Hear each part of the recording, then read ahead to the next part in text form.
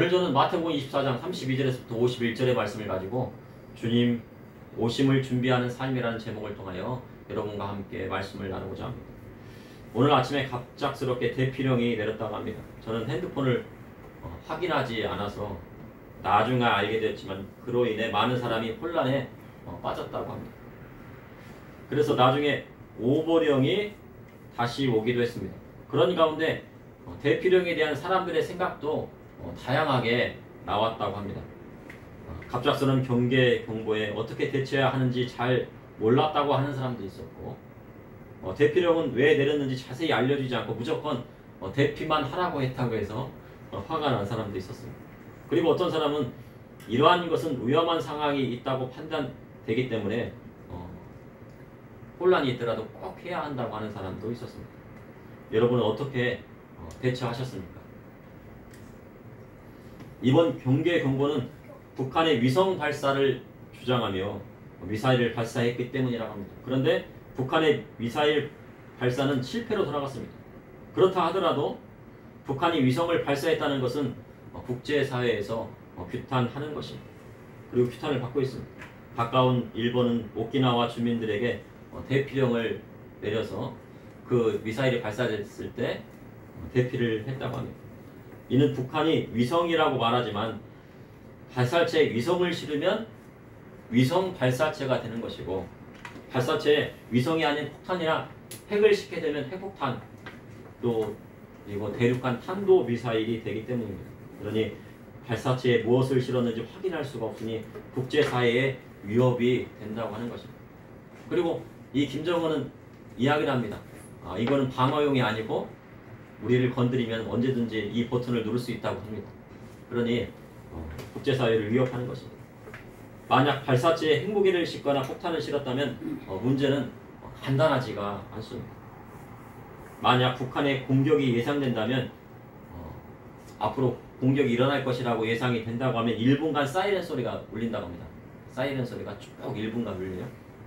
그런데 공격받으면, 진짜 실제로 공격을 받으면 사이렌 소리가 요란하게 3분 동안 막 울린다는 거예요. 1분 정도 울리면은 저기 공격하려고 하는 태세가 준비되었구나. 그리고 3분간 사이렌 소리가 막 비상 요란하게 울린다고 하면은 저기 공격을 시작했구나. 그래서 사이렌 소리에 따라 대피를 준비하는 것이 좋다고 합니다.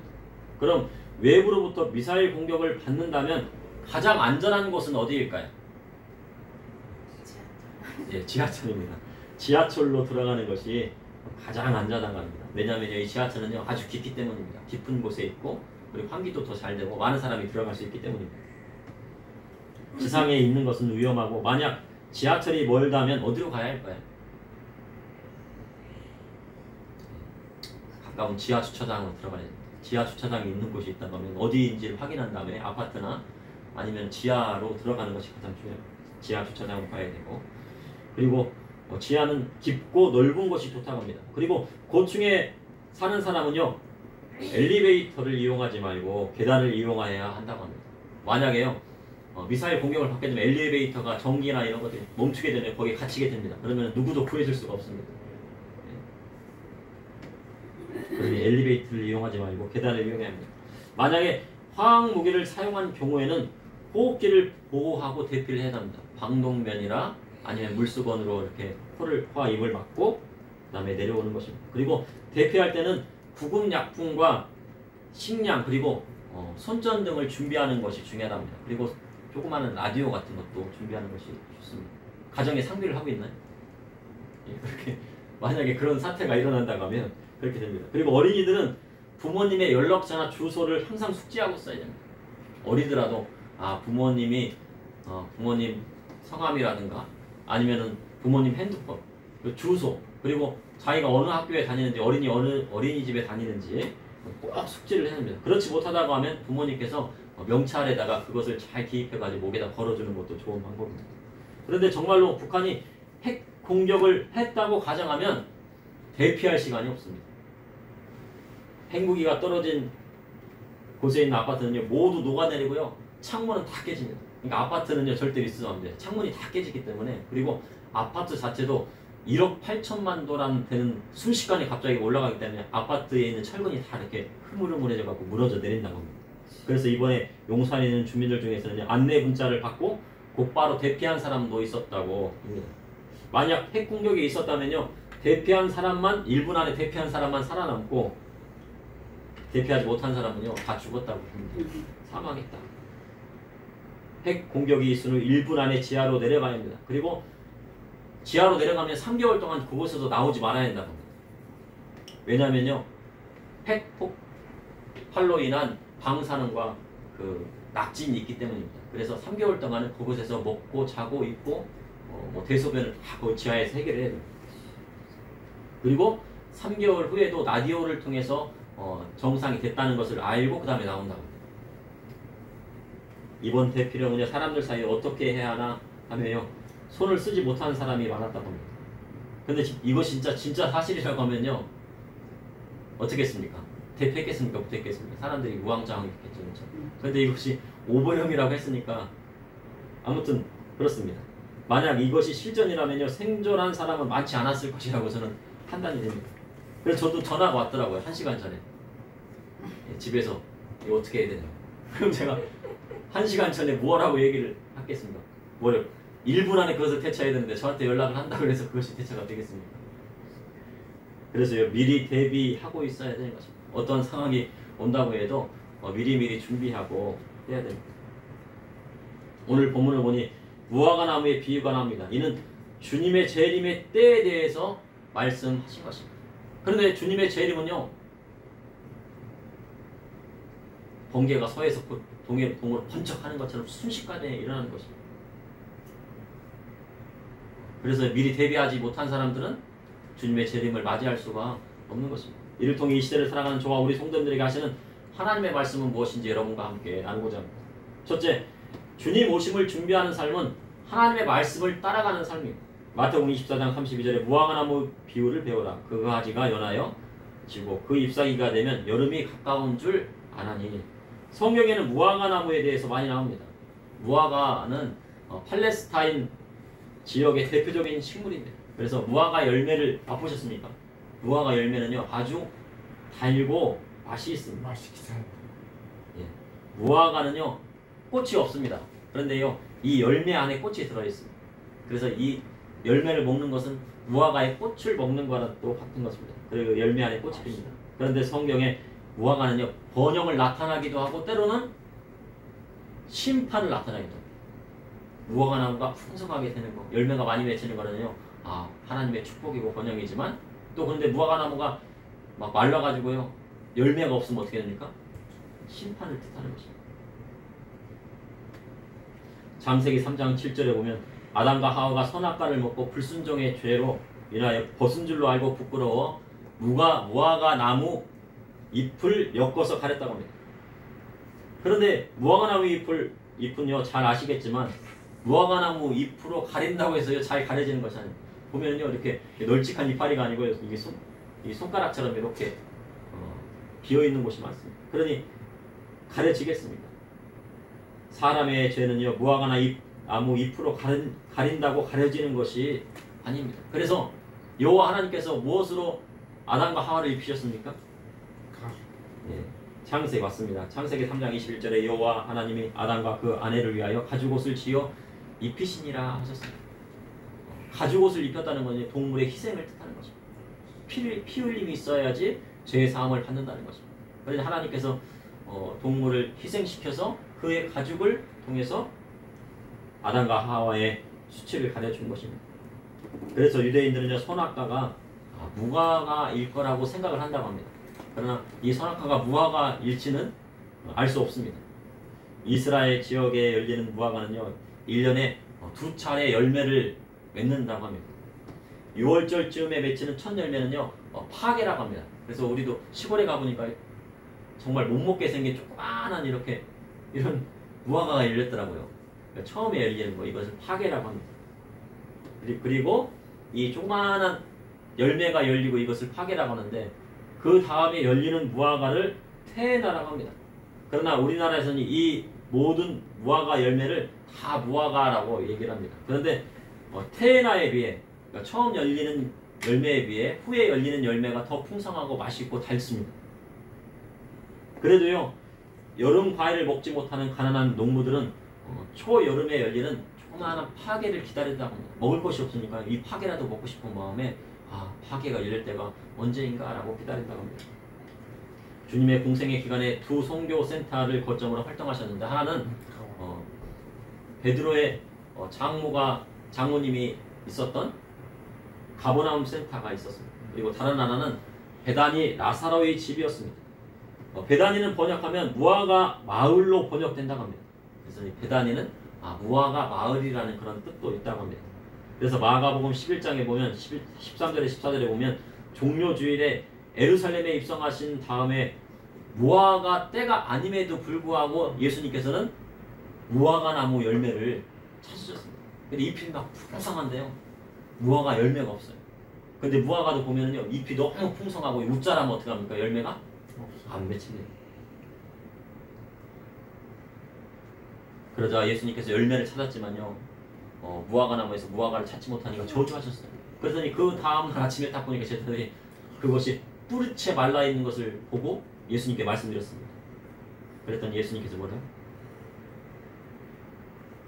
믿음이 있는 자는 이거보다 더 큰 일을 할 수 있다고 말씀을 하셨습니다. 이는 예수님께서 제자들에게 믿음을 가르쳐 주시기 위한 것이었습니다.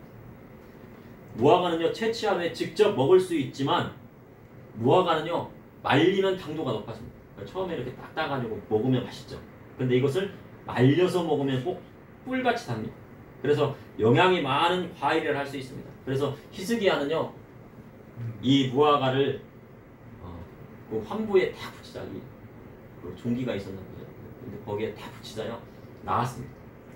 하나님 앞에 기도하자 이사야를 통해 무화과를 환부에 붙이자요, 히스기야가 딱 깨졌습니다. 그래서 이 무화과는 사람의 병을 치료하는 약으로도 쓰였습니다. 그런데 무화과는요, 이스라엘의 계절을 나타낸다고 합니다.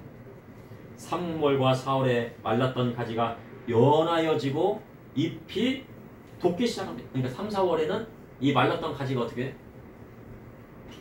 연하해집니다. 가지가 이렇게 흐물흐물해지면서 그 다음에 잎이 돋기 시작해요. 그리고 아주 작은 파게가 열립니다. 그러니까 무화과 나무에서의 첫 열매, 파게가 열리고요. 그리고 5월과 6월이 되면 잎사귀가 풍성해지면서 태에나가 열립니다. 그러니까 아주 풍성한 무화과가 열리고, 우리가 먹는 보통이요. 근데 이스라엘의 새해는 우리와 다르게, 우리는 1월에 새해가 시작되지만 이스라엘의 새해는요, 10월에 새해가 시작됩니다. 그래서 나팔절입니다. 그러니 이스라엘의 여름은요, 사계절의 끝이 되는 것입니다. 그러니까 여기 보시면 말씀에 무화과 나무 비유를 배우다. 그 가지가 연하해지고 잎사귀를 내며 여름이 가까운 줄을 아나니. 그러니 여름이 가까우는 것은 뭐예요? 계절의 끝, 하나님의 심판이 임하게 된다는 것입니다. 어떤 사람들은요, 무화과를요, 이스라엘의 비유를 하였습니다. 학자들이요. 그런데 AD 70년에 이스라엘이 완전히 망한 다음에 1948년에 이스라엘이 회복되어 나라를 세운 것에 초점을 맞추기도 합니다. 그런데 어떤 이사람들은 보면요, 1948년에 무화과 나무 잎 비유를 배우라. 그 가지가 연하지고 잎사귀를 내면 여름이 가까운 줄 알았니? 1948년에 자기가 성령을 받았대요. 그리고 자기가 이단 교주가 된 거예요. 그렇게 비유하는 사람들도 있습니다. 근데 거기에 편혹되면 안 됩니다.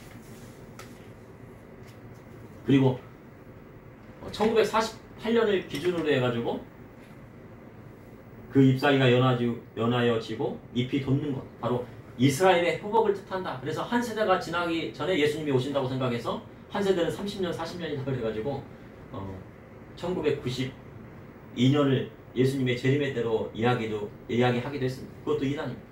잘못된 것입니다. 때와 시기에 관한 것은 우리가 알 수 없는 것입니다.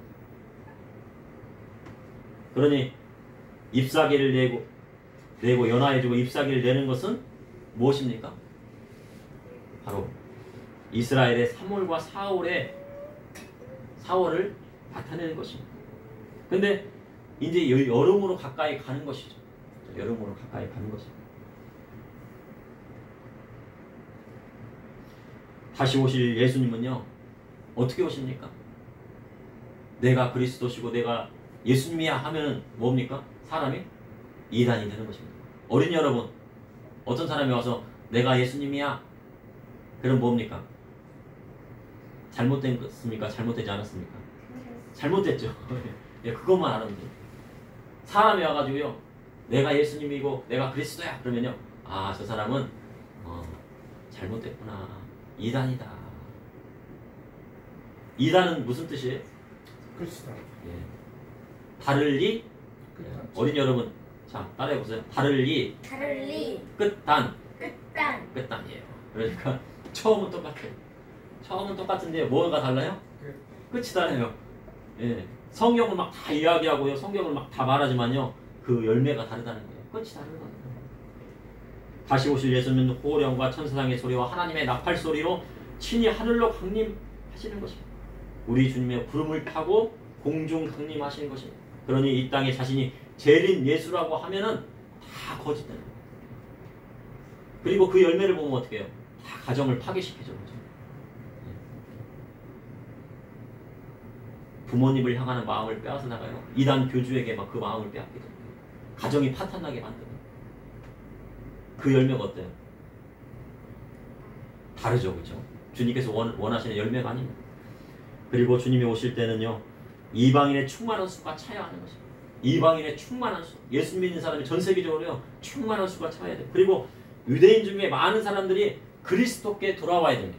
근데 지금 현재 유대인들이 한 10%에서 20% 정도 돌아왔다고 그래요. 근데 아직 멀었습니다. 유대인들이 돌아와요. 그리고 멸망에 가증한 것이 서야 합니다.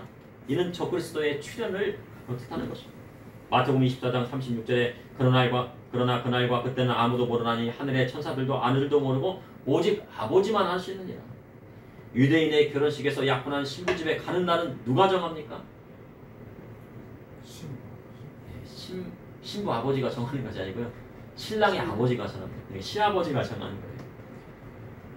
신랑의 아버지가 정합니다. 그래서 언제 갈지 몰라요.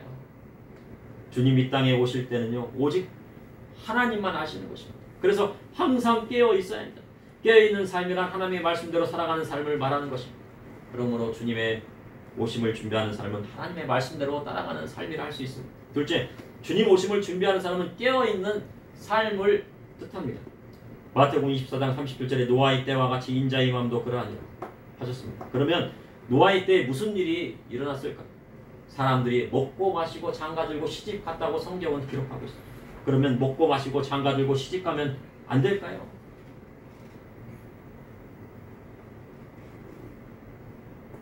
그런데요, 노아의 세 아들은 다 결혼했습니까? 안 했습니까? 다 장가 들었죠. 그런데 장가 간다고 문제가 되는 것은 아니라고 볼 수 있습니다. 그럼 무엇이 문제일까요? 창세기 6장 2절에 하나님의 아들들이 사람의 딸들의 아름다움을 보고 자기들이 좋아하는 모든 여자를 아내로 삼는지라. 하나님의 아들들이 사람의 딸의 아름다움을 취하여 자기 좋아하는 모든 여자를 아내로 삼았습니다. 이 여자도 좋으면 내 아내로 삼고, 이 여자도 좋으면 여자도 마찬가지입니다. 이 남자가 좋으면 이 남자도 남편으로 삼고, 저 남자가 좋으면 남편으로 삼고. 어린이 여러분, 지난 시간에 사귀는 것은 언제 하라고 그랬어요? 결혼 전에 하나요? 결혼 후에 하나요? 예, 결혼한 다음에 하는 것입니다. 알겠죠? 예, 결혼 전에 누가 나 좋아, 나랑 사귀자 그래도 안 돼. 하나님 말씀에 결혼 전에는 사귀는 것이 아니고 결혼 후에, 결혼한 다음에 사귀는 것이라고 했어 라고 이야기하면 좋겠지만, 그러면 또 그 사람이 또 나를 미워하잖아요. 적을 만들 필요는 없잖아요. 사귀는 것은 어렵다 얘기하면 됩니다. 나랑 사겨. 그래도 나랑 사귀는 것은 어려워. 왜 그래? 그러면 나중에 부모님이 정해주시고 내가 좋아하는 사람하고 사귈 거야. 결혼한 후에 사귈 거야. 이렇게 얘기를 하면 되겠습니다. 이는 그 시대에 문란한 성적 타락이 있었다는 것입니다. 극심한 성적 타락이 있었다는 것입니다.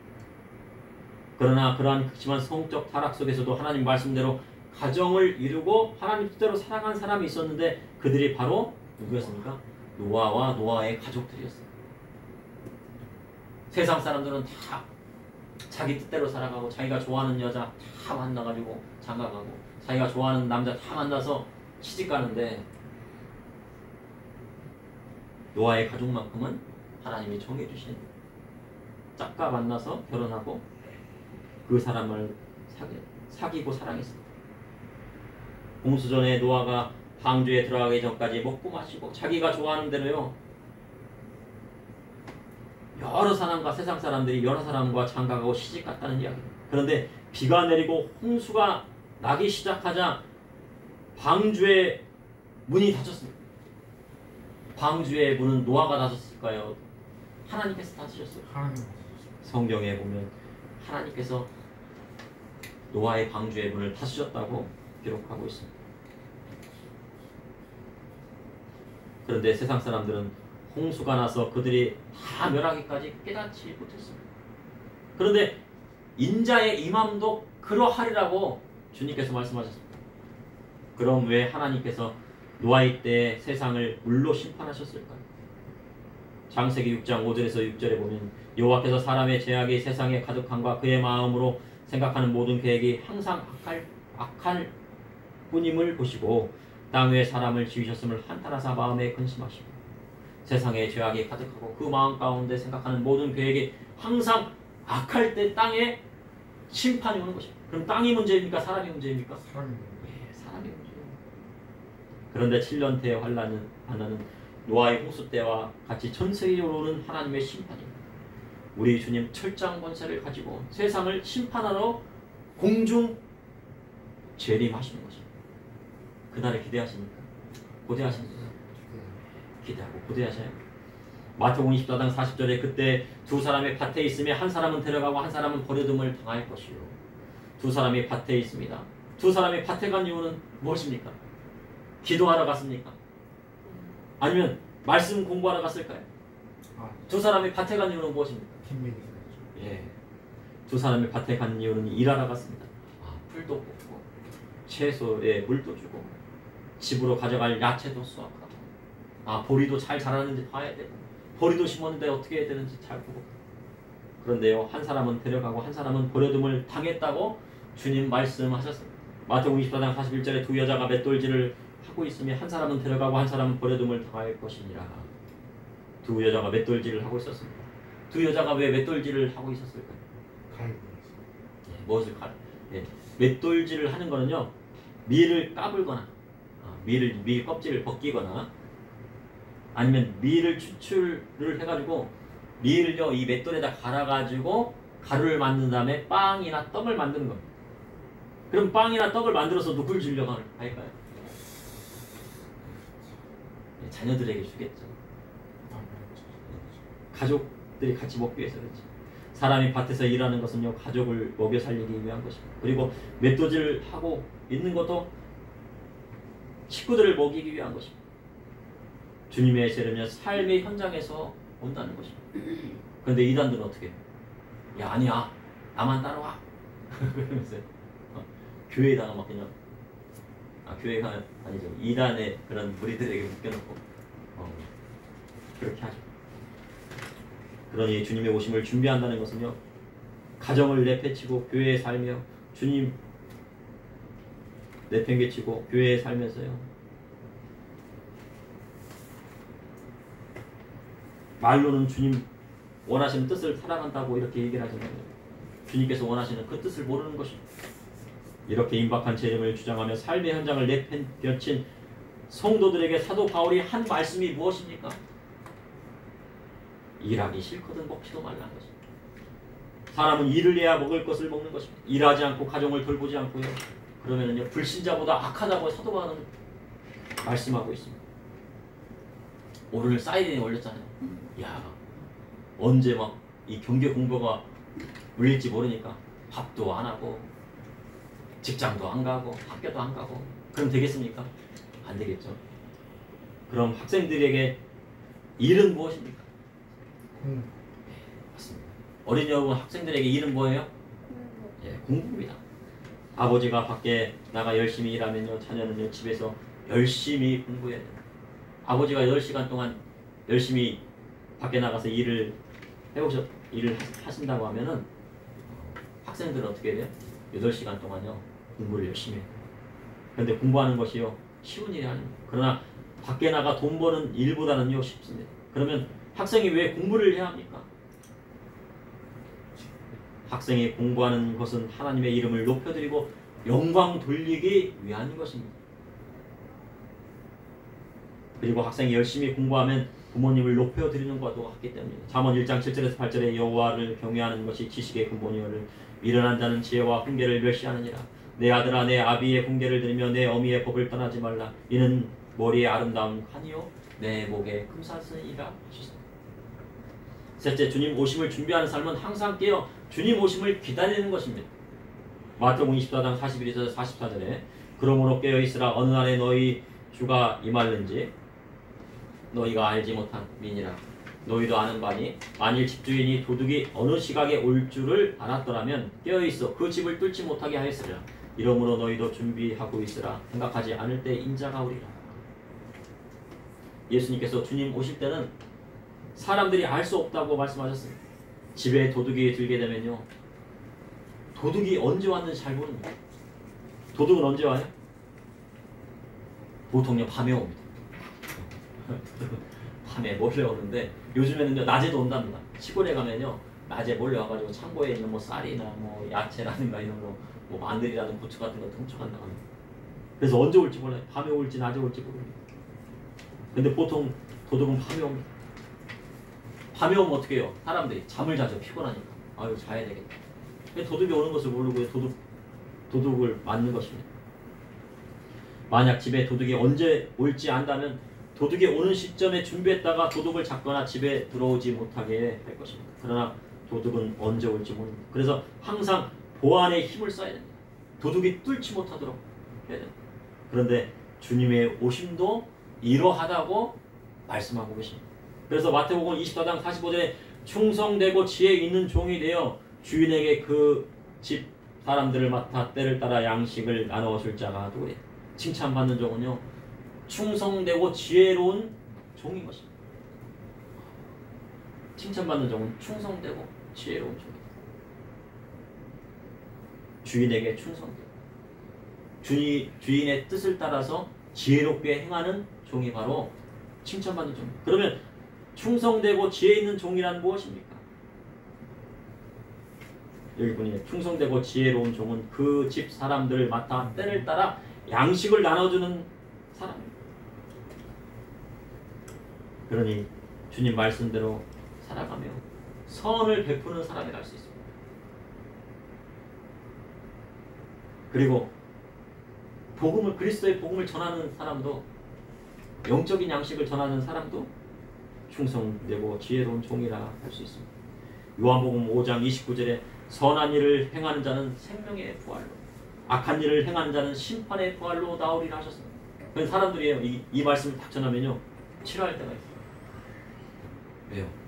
선한 일을 행하는 자는 생명의 부활로 악한 일을 행하는 자는 심판의 부활로 나오리라면 아유 내가 예수 믿는다고 해서 선한 일을 행하지 않았는데 나는 지옥 가는 것인가? 그렇게 생각합니다. 근데 주님께서 뭐라고 하셨어요? 선한 일을 행하는 자는 생명의 부활로 악한 일을 행하는 자는 심판의 부활로 나오리라고요 분명히 말씀하셨어요. 그리고 그 집 사람들을 맡아 때를 따라 양식을 나눠주는 사람을 충성되고 지혜로운 종이라고 하셨습니다. 주님 가르침대로 선을 행하는 자가 충성되고 지혜로운 종인 것입니다. 그런데 바리새인과 서기관들은 어땠습니까? 하나님을 가장 잘 알고 하나님 뜻대로 가장 많이 행한다 하면서도 결론적으로 어떻게 했어요? 예수님을 십자가에 못 박았죠.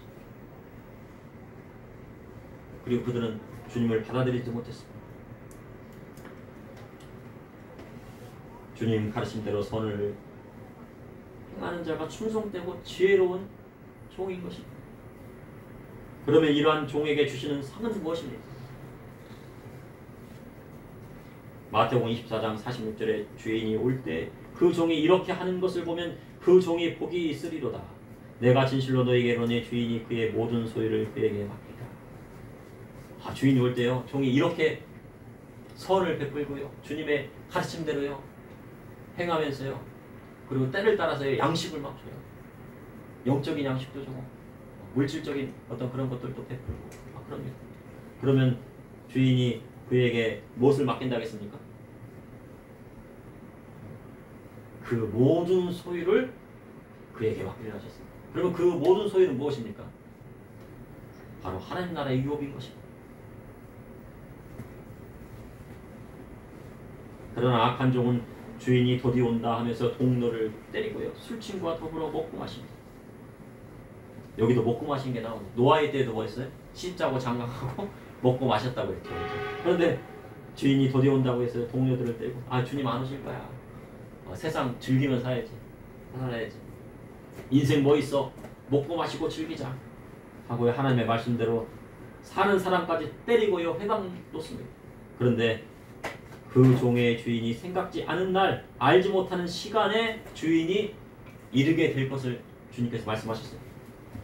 그리고 마태복음 24장 51절에 생각지 않은 날 알지 못하는 시각에 그 종의 주인이 이르러 어미 때리고 외식하는 자가 받는 벌에 처하리니 거기서 슬피 울며 이를 갈리니.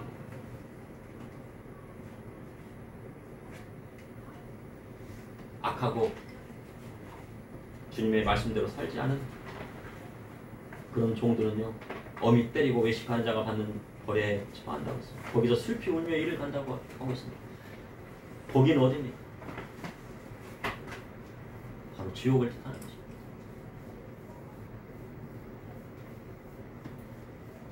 어미 때리고 외식하는 자.